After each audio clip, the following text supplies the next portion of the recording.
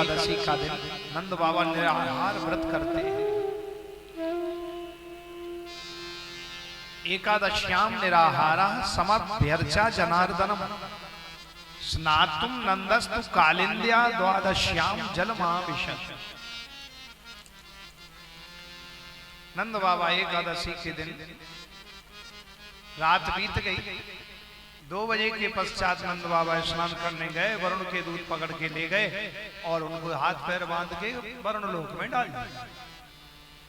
जैसे ही वरुण लोक में डाला सोई इधर सुबह हो गई, द्वादशी आ गई और द्वादशी में पारायण हो रहा तो दिव्य व्यंजन बने, पकवान बने और सब संत ब्राह्मण सब आ गए। मैया यशोदा को चिंता है गई, ना जाने कहां चले गए नंद बाबा जी।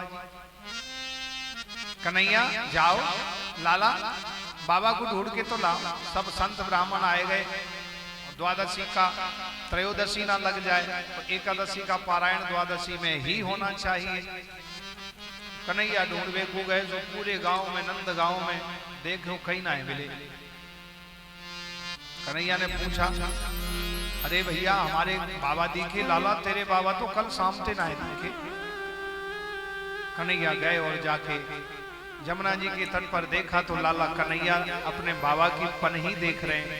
हमारे बाबा की पनही ये रखी, चरण पादुका, बाबा की पीतांबरी धरी, बेंत रखियो, बाबा की पगड़ी रखी, बाबा नहाए। बाबा ओ बाबा, बाबा। कन्हैया की आवाज वरुण लोक में पहुंच गई। अब नंद बाबा के तो हाथ पैर बंधे पड़े।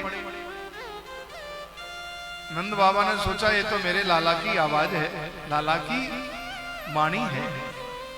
बाबा चिल्लाए, कन्हैया मैं यहाँ पे हूँ, मोकू ले जा जानते। तब तक 2 वरुण के दूत आए और चुप बैठो, ये वरुण लोक है, यहाँ पर चिल्लाया नहीं जाता है, शांत पड़े रहिए। आपने वरुण देवता का अपमान किया है, रात्रि के 2 बजे आपने जगाया।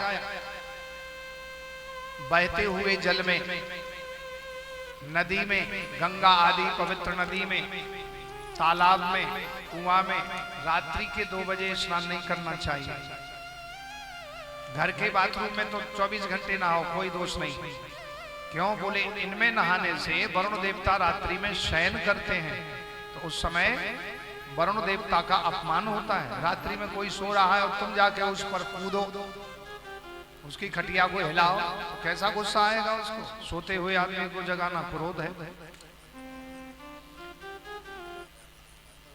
तो जब ये पर्व आते हैं उस समय उन पर्वों में ये दोष नहीं लगता, और बाकी समय में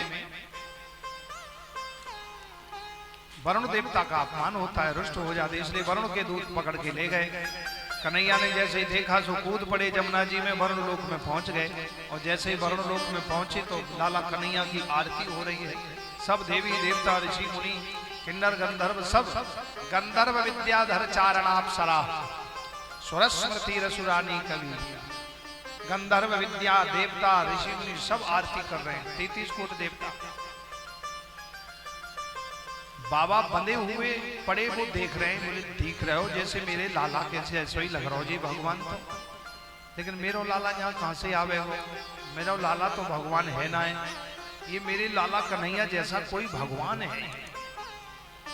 जो पूरे वरुण के देवता, ऋषि मुनि और बड़े बड़े देवी देवता इनकी आरती कर रहे हैं। तब लाला कन्हैया की आरती हो गई, दंडोत प्रणाम हो गई। देवताओं ने प्रार्थना की, प्रभु बड़ी कृपा की, आप आए, दर्शन दिया। बोले मैंने दर्शन देने नहीं आया, मैं अपने बाबा को लेने आया हूँ। तुमने हमारे बाबा को बांध के किधर डाला है? तब तक कन्हैया को आवाज लगाई, कन्हैया मोकू यहाँ डाल दियो बांध के। सो भगवान कूद पड़े सिंहासन से और नंद बाबा को बंधन से मुक्त कर दिया और पुनः जमुना जी के तट पर ले गए। बोलो नंद के लाला की।